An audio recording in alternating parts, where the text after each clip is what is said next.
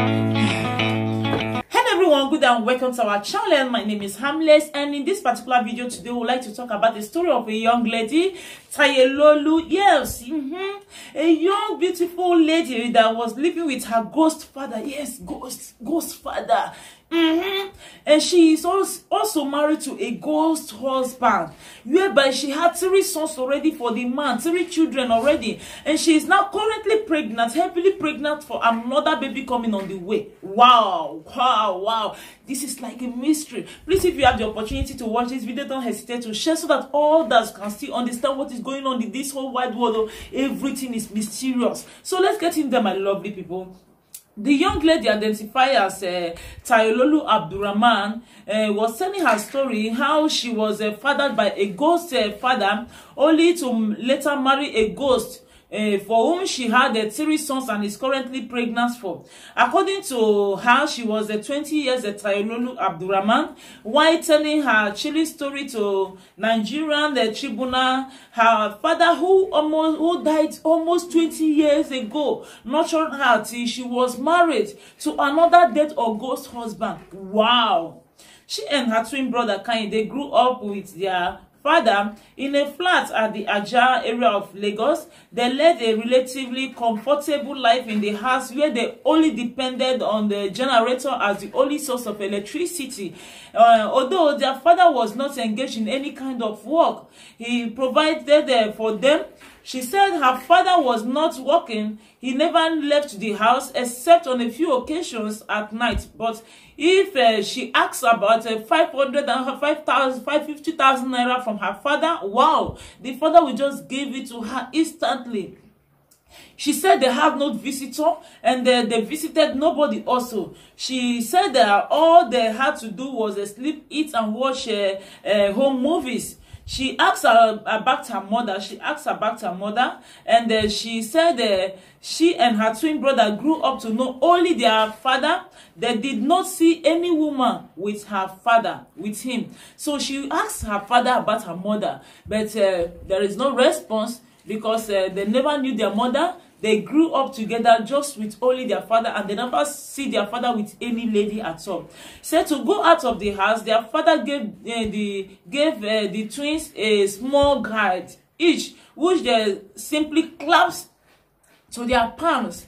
And then they'll burst out on the road and board vehicles to the market to purchase food like items, wet, semovita, macaroni, spaghetti, and rice. They never consume amala at all, or even a pounded yam or yam flour at all. They never consume it. So if they are going out, their father will give them something. They call it a guard. So the thing will be on their hand. When they squeeze it together now, they will find themselves on a main road, and they will go to the market, do shoppings, go home, and cook. She said on a particular day, however, she forgot to take her guide. As she stepped out of the house, she was confronted with a very bushy area, cemetery, and a lot of vats and the bushy everywhere. So when she did not go out with that vat, she wanted to go out, and she forgot that vat. What she saw was that they were in the middle of cemetery, grave everywhere, bushy, bushes everywhere.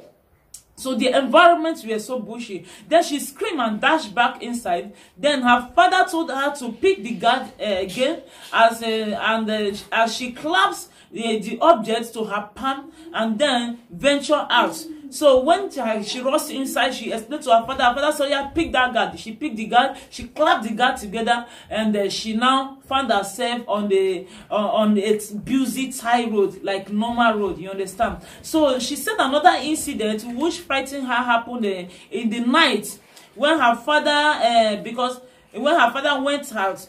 He wanted, but it was around 10 to 11. If her father wanted to go out, it was around 10 to 11 p.m. He will not take them out. So anyone along with him, he will not take anyone along with him. But there was a day she begged her father to take her out to wherever he's going to, and the father obliged to take her to where he's going to. So when they got there, something strange and fearful happened again. She said she saw a cooking stand with a big pot on it without firewood or even fire. A very big pot. Somebody was cooking on the road without fire, and the woman is selling food and the food was boiling. She said she asked her father how it was possible for someone to cook without firewood or fire. He said the woman selling the food became very angry and slapped her. She said she said that her father was who was with her was the one lady told her father that this particular person is not part of us. So the father began to beg the very lady, and then they left that particular place. She remarked about that incident. He said her father refused to take her out again since then. So she would not be privy to this to the secret, so that she will not be privy to the secret and circumstances surrounding the true identities. Because the father, when the lady slapped her, this lady said, "This your child is not with us. So this girl is going to expose us someday." So now the father began to get afraid to take her out, so that she will not reveal their secrets and their true identities. So since then, she refused to take food from her father, but she will only cook for her own self. So by that time, Tayelolu, she now grew up, came of age, and her father did not allow her the choice of marriage, the choice of man she wanted to get married to. So the father bring a man identified as Abdulaziz. He said the man moved in with them and behaved like her father. He said soon she got pregnant, and when she eventually went into labor, she had her father went out, brought her a particular kind of leaf with which he applied on her navel, and she was able to deliver a baby boy without any complications. She also continued to say that her father, who acted as the midwife, took care of them, of the placenta. She bore her two other sons, her two other boys, in the same manner, without any complication. She said her children were named Abdul Qayyum, and that one now is 8 years old, Rokeb 4 years old, and Jamil 2.5 years old.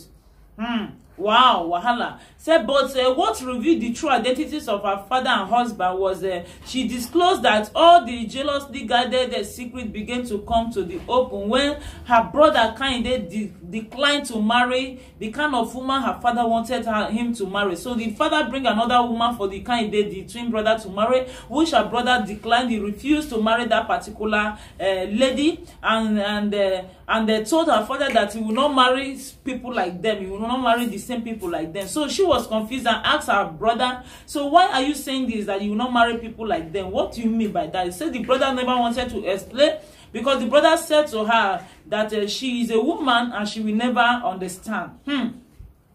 She said she asked him what he meant by that, but the brother said she's a woman, so she will not understand. So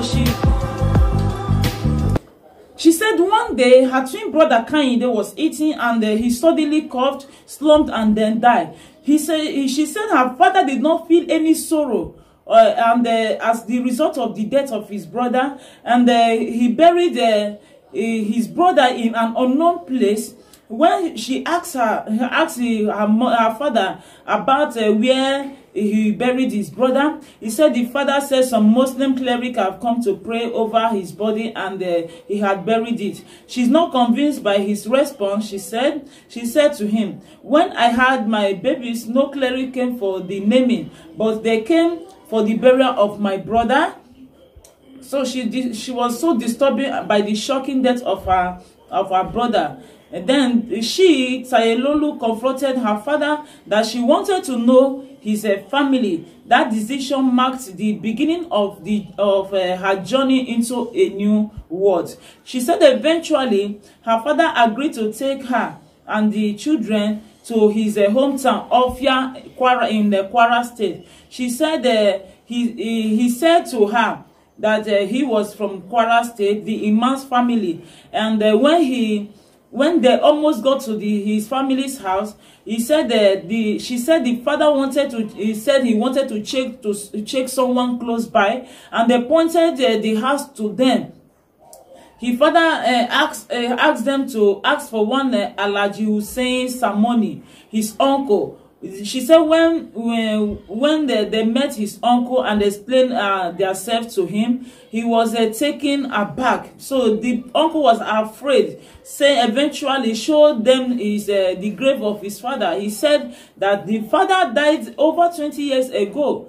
Amid the confusion, the girl was confused and afraid. So Tailolu left for the only place she knew as home in Ajada, was where she was living with her father, but could not relocate to that particular house again because what was in her situation was that the mysterious guard that the father gave them disappeared. Which her father gave them, the guard now disappeared, so she could not guide herself back to the house. She went to Ilorin in an effort to locate her mother's family house, which her father told her was located in Isale Koto. She managed to strike up conversation with some people who introduced her to a radio presenter who narrated her story on air. She also met a lady who she followed to Ede, Osun State, and they stayed with for about a month. It was while in that city that she traced her husband's parents' place. She claimed that she was walking by the road one day when a car parked by her side, and the driver told her that it was her birthday, and in order to facilitate with her gave her a handset with a SIM card. Tailolu, the lady, said is uncertain to her age, but assumed that she could be more than 20 years old. That it was when she got to this world that she realized that she was too young. She's too young to give birth to 3 children already, and even expecting the 4th one also. She said she did not know that there is a place like this in this world where people struggle to earn a living until she got here. She said it saddens her because she now wake up every day with no money. She was the one who taught her and her brother Arabic and a bit of Western education. She said it is obvious that Tailolu is truly versed in the recitation of the Quran. She can recite with the Quran. Her children now attend a primary school in the village. On how she got to the Tonkere village in Osun State, she said she went to observe the evening prayer at the mosque in Ede. When after prayer, she was chatting with the imam, and an old man appeared and told her in clear terms that she was suffering. The man then asked her why she was obstinate about returning the children with her to Tonkere, her husband's place of birth. The man said if she refused to do so within 3 days, something unpleasant would become of the children, and the man disappeared. Then she asked the imam if he saw the old man who was interrupting their conversation, but the imam said no. She then collected the 200 naira from the cleric, fetched her children, and the 4 of them at about after 8 p.m. in the night, they bought the motorcycle to Akoda junction for 50 naira. At the junction, she asked another cyclist to take her to Tonkere, but the man, because of the fact that it was late in the day, charged her 1,000 naira, whereas she only had 150 naira. But it was necessary that the children got to Tonkere that night because their father, who was DK's, demanded that she took them to his people as she pleaded with the cyclist a car parked by them and meditated in the matter. The driver asked the cyclist to convey the woman and the children and her children to her destination for 500 naira, which was the unusual fare. The man gave the cyclist the 500 naira, wrote down the motorcycle number. The man wrote down the motorcycle number and told the motorcycle man to take them to no place rather than the mosque in Tonkere. Wow. She said her husband appeared to her physically. She said he pointed to the shop opposite the mosque at his place, his mother's place, and the third building into the shop as his father's house, saying that she should ask for his father Pa Gbadamosi. As they convinced her husband said the lady who was passing by was her sister Tosin. That Tosin was her sister, and he called her between the time Tayelolu looked in the direction of the lady and looked back, and the husband direction, he disappeared. Then the lady Tayi is with her husband's people now in a Tonkore village, but they did not receive her with open arms because the aged parents of Abdulaziz were confused about how their first son, who died at a tender age, could have fathered 3 children. They are suspicious of their supposed daughter-in-law and acting consciously around her, but she dismissed any suspicions of bad motive, asking why she would then want to lie herself into a poor home. Also, Tayelolu's mother-in-law, the Iyalode of Tonkere, had been down with stroke, and the father-in-law is a farmer. Financially, they are not capable of supporting Tayelolu's children, Tayelolu and her children. Then the lady who said the clothes she used now was given to her added that they were rags compared to the ones she wore in her father's house. So she pointed to the fact that she could truly be from another world, was the way she was lamenting openly about everything around her. Wow, this is so touching. She said the treatment meted out to her by her in-laws. She said she had made up her story. They said she has made up her story rather than bringing her children to Old Mog house. She would have taken them to at least governor's house. She said that place was a mud house. If they said she made up her story, why would she bring her children to that mud house? It's better she would take them to a governor's house. So she said the mud house is not in any way compared to her father's house. So why would she be lying to them? So she only left her father's house with a black bag. She said she only left her father's house with a black bag and the Quran, which are still in her possession. She also claimed to have dreamt of her father once, who was in all tears, lamenting with his finger in his mouth, and that warned his daughter not to embark on his journey. He said the father warned her not to embark on this journey. She said her husband pleaded with her in her dream each time his people offended her. She said her husband and said the reason he insisted she took his children to his parents was for the parents to have the joy of raising their children, as they did not have such opportunity with him.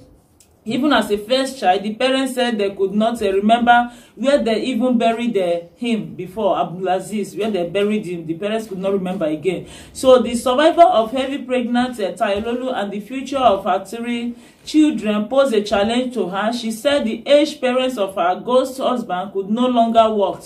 Hence, the fate of her children huge in the balance. When she called the Nigerian Tribune reporter last Monday, she said she was having signs that she would soon put to bed. So she therefore appealed to the Osun State Governor, Mr. Rauf Aragbosola, his wife Alaja Sherifat, and the other well-meaning Nigerians, including cooperative organizations and non-governmental organizations, to come to her aid by empowering her so that her future and that of her 3 children, 3 children abandoned, could be secured. So now, what about her husband? She said that these days the husband appears only in the dream. So you can see that there is a mystery in this world. That is what I'm telling you, that not everybody you saw, or you see in the market, or you see anywhere, are human beings. So that is why you need to guide your tongue, guide your ways, guide your mouth, and pray before leaving your home. Because there are people that are dead already. They are not human beings, they are ghosts. Some are demons, but they are roaming around in this whole wide world. You see them in the form of humans. You will think that they are human beings, but they are not human beings. So that is what is happening. You can hear the story of this Tayelolu now. How she grew up with their father. The father was a ghost, and so on and so forth. Said the father provided everything. They never go out. Anything they want is with them. So, but the father wanted to also marry Ghost, whereby she married the Ghost, but the junior brother that refused to marry Ghost, and so the junior brother died, because that was this twins brother. That one died because he refused to obey the father. So that is what is going on in this life. So my people, please try to share this particular video. Once again, my name is Manle Harmless, and please don't forget to share this information. My name is Harmless, and please don't forget to share this information so that other people can still benefit from it. So anywhere you are going to, please make sure you pray. If you meet people you don't know, please pray so that you get the guidance from God in heaven. Only him can see the secrets and the open ways, you know. So that is it. Thank you all, and remain blessed. Bye for now.